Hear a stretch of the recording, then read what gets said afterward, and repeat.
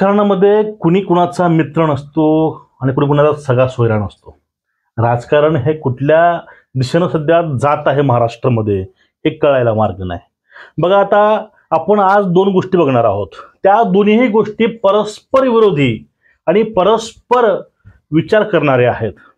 एक म्हणजे प्रसाद लाड आणि दुसरा छगन भुजबळ. ह्या दोघांविषयी जे लोकांना माहिती नाही आणि ॲक्च्युली ह्या दोघांच्या मनामध्ये नेमकं चाललंय काय हे तुम्हीच मला कमेंट करून सांगायचं. व्हिडिओ पूर्ण बघूया मित्रांनो. आता भुजबळ साहेब जे ओबीसीचे नेते आहेत त्यांचा आग्रह हा पहिल्यापासूनच विरोधामध्ये आहे मराठ्यांच्या. हे काय आताच नाही, हे मंडल आयोगापासून चालू आहे आणि तो विरोध आता पण आहे. शिंदे सरकारनं यावेळेस मराठ्यांना एससीबीसी मधून आरक्षण द्यायचा विचार केला. त्यामध्ये 12% आरक्षण द्यायचं ठरलं होतं, पण भुजबळांची आडकाठी आल्यामुळं हे 10% आलं. म्हणजे जे आरक्षण शासन देत आहे त्यातही कमी करायला लावणारा हा माणूस.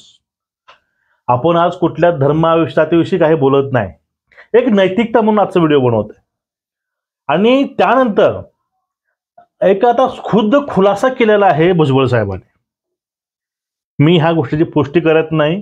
जे कायदा सांगेल ते इंडियन लॉ सांगेल ते बरोबर असेल, पण हा व्हिडिओ त्यांचाच आहे. भुजबळ साहेबांचं म्हणणं असं आहे की मुसलमानांना आरक्षण आम्ही दिलं, म्हणजेच भुजबळांना दिलं. आणि ते म्हणतात मणियार म्हणजेच आमच्याकडचा कासार आहे, माळी म्हणजे आमच्याकडचा तिकडला मुस्लिमचा बागवान आहे, आमचा खाटेक म्हणजे तिकडचा कुरेशी आहे.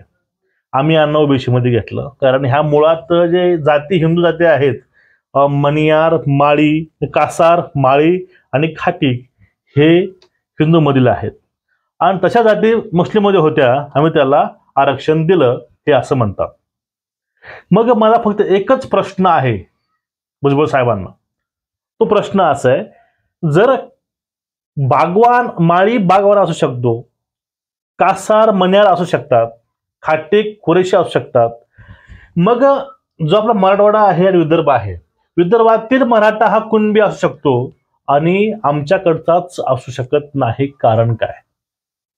म्हणजे विदर्भ, मराठवाडा, पश्चिम महाराष्ट्र आणि कोकण या ठिकाणचा मराठा कुणबी नाही का, हा प्रश्न आहे.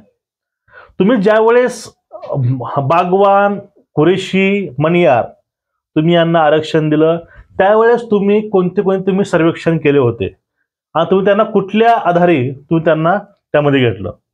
म्हणजे एक राजकारण करावं म्हणून ह्या गोष्टी करू नका. जे काही आहे दोन्हीकडचे नेते समोरासमोर बोलवून घेऊन एक कंबाईन दोन्हीकडचं अधिवेशन घ्या. त्यामध्ये मुळात जे नेते आहेत, आंदोलनकर्ते आहेत, त्यांना पण समोरासमोर बसवा, जस्टिस लोकांना पुढच्या पुढे बसवा, तो निर्णय काढा. कारण यामध्ये महाराष्ट्र तडफडतोय. हे आरक्षणाचा मुद्दा फक्त मराठ्यांचा नाही, हा सध्या आरक्षणाचा मुद्दा हा पूर्ण महाराष्ट्राचा बनला. यामुळं जनजीवन विस्कळीत सुद्धा होत आहे. याची जबाबदारी ही शासनाने घेतली पाहिजे आणि एक नैतिकता म्हणून भुजबळांनी अशी आगा लावायची कामं न करता काहीतरी कशा प्रकारे हे वातावरण शांत होईल याकडे लक्ष द्यावं. तुमचं एकूण याविषयी मत काय नक्कीच खाली कमेंट करा. आणि पुढची गोष्ट आहे बघा, एक भाजपचे नेते आहेत माननीय प्रसादजी लाड. ह्या लाडांचं म्हणणं असं आहे की हिंमत असेल तर मुंबईत या. त्यांनी आदेश दिले पाटलांना. आणि राणे म्हणतात गणपती नंतर मी तिकडे येतो. कुठं? मराठवाड्यामध्ये. जरांगे काय करतो बघतो. अहो, ह्या बघायच्या, मारायच्या, हाणायच्या गोष्टी तुम्ही करताय कोणाला? तुम्ही सध्या राजकारणामध्ये आहात, तुम्ही सत्तेवरती आहात, तुमचे आमदार आहेत, खासदार, तुमचे सीएम सुद्धा तुमचे आहेत, मग तुम्ही मारायच्या हाणायच्या गोष्टी काय करताय?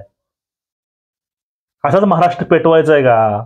सध्या जे वातावरण चालू आहे, संभाजी दंगलीला, नाशिकला हिंदू मुस्लिम दंगली, तुम्हाला ह्या परत घडवायच्या आहेत का महाराष्ट्रामध्ये मराठा ओबीसी दंगली? मग ह्या मारायच्या हाणायच्या दोन गोष्टी का करतायत?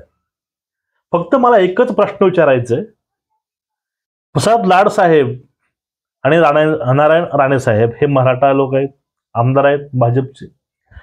आज त्यांनी जशा प्रकारे स्टँड घेतलेला आहे प्रोटेक्टचा फडणवीस साहेबांचा, म्हणजे त्यांच्याविषयी कोणी काय बोललं तर यांना सहन होत नाही. नाही सहन, कारण त्यांचे ते नेते आहेत आणि ते आमचे पण नेते आहेत. फडणवीस साहेब आमचे वैर नाहीत, तेही आमचे नेते आहेत. विषय तो नाही. विषय काय, जर तुम्ही आपल्या डिप्टी सीएम तुम्ही जर प्रोटेक्ट करत असाल तर तुम्ही आतापर्यंत कधी मराठा विषय तुम्ही प्रोटेक्ट केलेत का?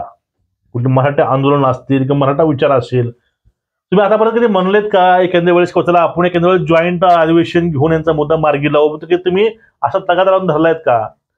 तुम्ही आतापर्यंत ही मागणी केलेली आहे की एक वेळेस तरी, की चला आपला समाज रस्त्यावर उतरतोय, आपण यांना सपोर्ट करू? तुम्ही आतापर्यंत कधी हे मराठ्यांना सपोर्ट करू, तुमच्या हवे सोबत आहात, हे कधी वाक्य तुम्ही बोलले नाहीत.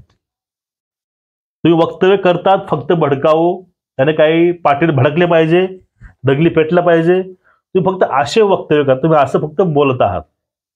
एक बघा, मराठीमध्ये एक म्हण आहे, आपल्याच्यानं कुणाचं चांगलं करणं होत नसेल तर कुणाचं वाईट सुद्धा करायला जाऊ नये.